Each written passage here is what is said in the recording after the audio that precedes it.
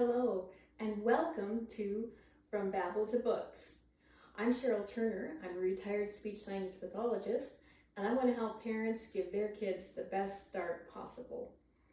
So today, we're going to be talking about joint attention and what it is, and how important it is to your child, and how you can encourage it with your little one. So around about 8 months, babies usually don't have object permanence. So if an object, say a spoon, disappears, it no longer exists. But around about 8 months or so, babies start to develop object permanence. And I'll tell you how it often happens. So baby will have something on their high chair or on the coffee table in their hand or whatever, and they fling it onto the floor. Now, previously, the object if it's out of sight, it doesn't exist. But what if the mom or dad or grandma or grandpa or auntie or uncle or some adult important to that child goes, oh, uh-oh, uh-oh, and the child then leans over the high chair to look and see what the adult is looking at.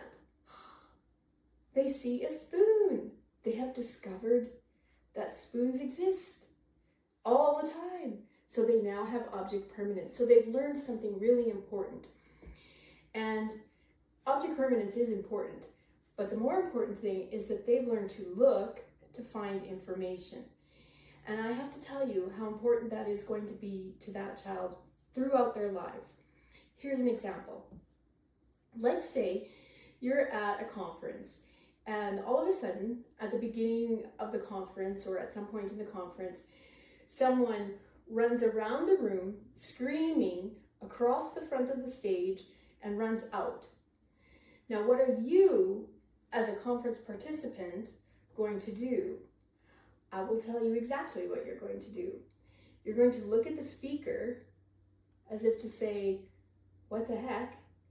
And then if the speaker gives you no information with their face, if the speaker just stands there passively not responding to this extraordinary event, you're going to look at your colleagues, your neighbors, your friends, the other participants to see if they have information.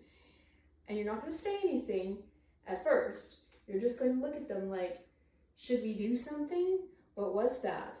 Do you know what's going on? You're trying to get information from that person's face. And you have to understand how many times your child is going to be doing that throughout their lives. They're going to be looking to see if people are joking, if they're happy, if they're annoyed, if they're angry, if they're teasing, if they're lying.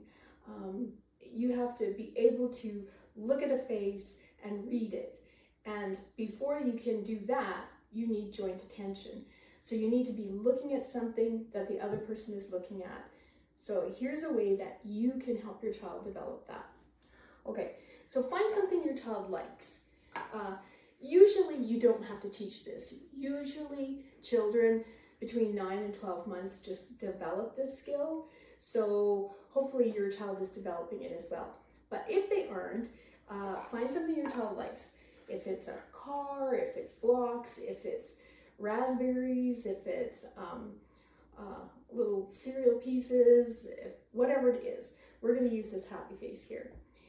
And you're going to say to your child's going to be here, and they're not going to be able to reach the boxes, okay? So then you have 2 boxes, and you're going to have your child over here, and you're going to say, oh, we're going to, now hopefully they're looking at you, but maybe they're not. But still be animated. Oh, well, we're gonna hide your happy face. Where's it gonna be? Where's your happy face gonna be? We don't know. Okay. All right, where is it? Is it in this one or is it in this one? You have to help me find it. Where could it be? And if your child points to this one, then you go, okay, let's look and see. Is it in there? Let's look. It is. You found it. Good job. Now, on the next time, the child's going to get the game, or maybe you do that 2 or 3 times, and the child gets the game. And this time, you're going to go, oh, where's the happy face? I know where it is. Do you want me to give you a hint? Should I tell you where it is? It's here. It's right over here. Where do you think it is? It's right here. Now, hopefully, at this point, your child will point to this one or grab for it or select it or whatever. Remember, they're not to reach it. They're not to be able to grab them. But somehow indicate that they want this one and go, oh, there it is. It's right there. Even if they don't indicate the correct box that you're looking at, that's fine. Just go, oh, you think it's in here? Well, let's look. No, it's not in here. Oh, well, you know where it is? It's over here. It's right here. Now, sometimes you might have to resort to a point. You might have to say, it's right here. It's right here. Should I open this one? Should we open this one? Which one should we open? And there it is. Yay, you found it. So that's one way that you can teach joint attention. And as I say, it's really, really important because they do say that 90% of communication is nonverbal. I don't know if that's true, but I do know that a lot of communication is nonverbal, and it will certainly help your child going forward.